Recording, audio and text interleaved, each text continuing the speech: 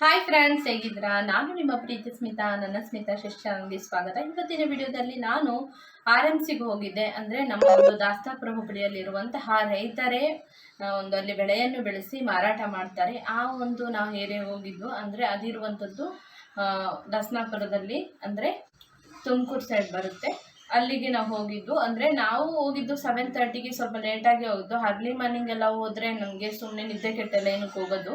ಮತ್ತು ಆವಾಗ ಹೋಗ್ಬೇಕಂದ್ರೆ ನಾವೇನಾದರೂ ವ್ಯಾಪಾರ ಮಾಡೋರು ಅಂಥವರೆಲ್ಲ ಅರ್ಲಿ ಮಾರ್ನಿಂಗ್ ಹೋಗಿ ಪರ್ಚೇಸ್ ಮಾಡಬೇಕಾಗುತ್ತೆ. ಬಟ್ ನಾವೇನು ಮನೆಗೆ ಬೇಕಾಗಿರೋದಲ್ಲ, ಅದರಿಂದ ನಾವೇ ಫ್ಯಾಮಿಲಿ, ನಾನು ಹಸ್ಬೆಂಡು ಮಗ ಹೋದ್ದು ಪರ್ಚೇಸ್ ಮಾಡೋಣ ಅಂತ, ಸ್ವಲ್ಪ ಮನೆಗೆ ಬೇಕಾಗಿರುವಂಥ ಥಿಂಗ್ಸ್ನ ತೊಗೊಂಡು ಬರೋಣ ಅಂತ ಹೋದು. ಅಲ್ಲಿ ಪ್ರತಿಯೊಂದು ಐಟಮ್ಸ್ ಕೂಡ ರೈತರು ತಾನೇ ಬೆಳೆಸ್ಬಿಟ್ಟು ಅಲ್ಲಿಗೆ ತಂದು ಮಾರ್ತಾರೆ. ಈ ಒಂದು ವಿಡಿಯೋನ ನಾನು ನಿಮ್ಮೊಟ್ಟಿಗೆ ಶೇರ್ ಮಾಡ್ಕೊಳ್ಬೇಕು ಅಂತ ಇದ್ದೀನಿ. ಆ ವಿಡಿಯೋನ ಪೂರ್ಣವಾಗಿ ನೋಡ್ಕೊಂಡ್ ಬರೋಣ ಅಲ್ಲ. ನಾವು ಬೆಳಿಗ್ಗೆನೆ ಎದ್ದು ನಾನು ಹಸ್ಬೆಂಡು ಮಗ RMC ಮಾರ್ಕೆಟಿಗೆ ಹೋಗೋಣ ಅಂತ ಹೇಳಿ ನೆನ್ನೆ ಡಿಸೈಡ್ ಮಾಡಿದ್ವು. ಇವಾಗ ಹೊರಡ್ತಾ ಇದ್ದೀವಿ. ಯಾಕಂದ್ರೆ ನಾವು ಅರ್ಲಿ ಮಾರ್ನಿಂಗ್ ಹೋಗೋ ಅವಶ್ಯಕತೆ ಇಲ್ಲ. 7:30ಗೆ ಹೋದ್ರೆ ಸಾಕು. ಅದೊಂದು ವರ್ತ್ ಅಂತಾನೆ ಹೇಳ್ಬೋದು ಮನೆಗೆ ಪರ್ಚೇಸ್ ಮಾಡೋರಿಗೆ.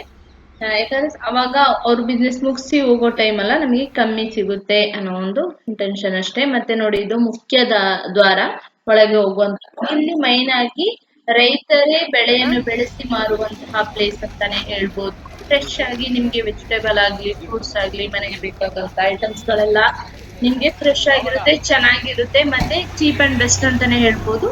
ಮತ್ತೆ ಇಲ್ಲಿ ಜಾಸ್ತಿಯಾಗಿ ಇವಾಗ ವ್ಯಾಪಾರ ಮಾಡೋರು, ಅಂದ್ರೆ ಬಿಸ್ನೆಸ್ ಶಾಪ್ ಎಲ್ಲ ಇಟ್ಕೊಳ್ಳೋರು ಬಂದು ಬಂಡಲ್ ಗಟ್ಲೆ, ಅಂದ್ರೆ ಮೂಟೆ ಗಟ್ಲೆ ತಗೊಂಡು ಹೋಗ್ತಾರೆ. ಅವರೆಲ್ಲ 3, 4 o'clock, 5 o'clock ಈ ರೀತಿ ಎಲ್ಲ ಬಂದು ಪರ್ಚೇಸ್ ಮಾಡಿ ಹೋಗ್ತಾರೆ. ನಮ್ಗೆ ಮನೆಗೆ ಬೇಕಾಗಿರೋದ್ರಿಂದ ನಾವು ಒಂದು 7:30ಗೆ ಹೋದ್ರೆ ಸಾಕು.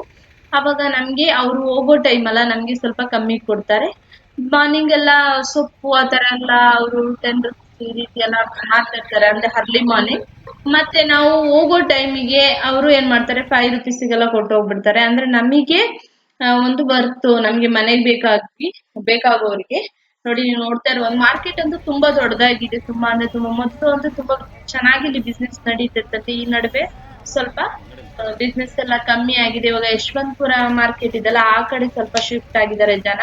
ಇಲ್ಲಿ ಸ್ವಲ್ಪ ಜನ ಇದ್ದಾರೆ.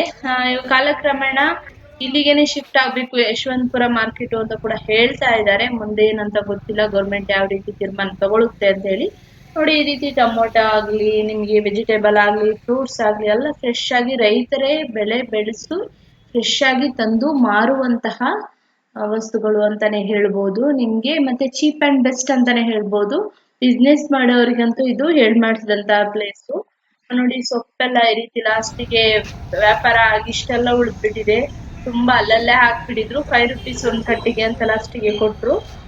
ನಾವೆಲ್ಲ ಮನೆಗೆ ಎಷ್ಟು ಬೇಕೋ ಅಷ್ಟನ್ನ ಪರ್ಚೇಸ್ ಮಾಡಿ, ನೋಡಿ, ಕಾರಲ್ಲಿ ಹಿಡ್ಕೊಂಡು ಇವಾಗ ನಾವು ಮನೆ ಕಡೆ ಹೊರಟಿದೀವಿ. ನಾವು ಅರ್ಲಿ ಮಾರ್ನಿಂಗ್ ಅಂದ್ರೆ ನಾವೊಂದು 6 o'clock ಬಿಟ್ಟಿರುವಂತದ್ದು ಮನೆಯಿಂದ.